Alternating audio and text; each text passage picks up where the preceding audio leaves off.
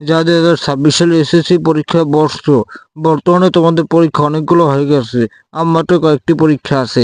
এখন গণিত খাতা দেখানি বিশেষ খবর দিয়েছে শিক্ষা মন্ত্রণালয় থেকে। দেখো ইয়া, তোমাদের যেটা এমসিকিউ সেটা সম্পূর্ণ বোর্ডের কর্মকর্তারা দেখে, সেখানে কারো হাত থাকে না। কিন্তু সৃজনশীল খাতা সম্পূর্ণ শিক্ষকরা দেখে, সেখানে প্রতি বছর গরমিল হয়, কেননা খাতাগুলো টিকটকার দিয়ে।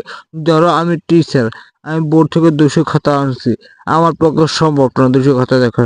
আমার টার্গেট হয় 10 দিনের মধ্যে তোমার 200 খাতা দেখা লাগবে।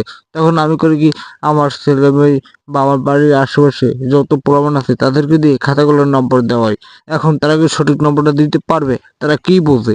যার কারণে এই বছর যারা 200 করে খাতা নিত তাদেরকে 50টা খাতা দেওয়া হয়েছে, যাতে তোমার যোগ্য নম্বরটা তুমি পাও।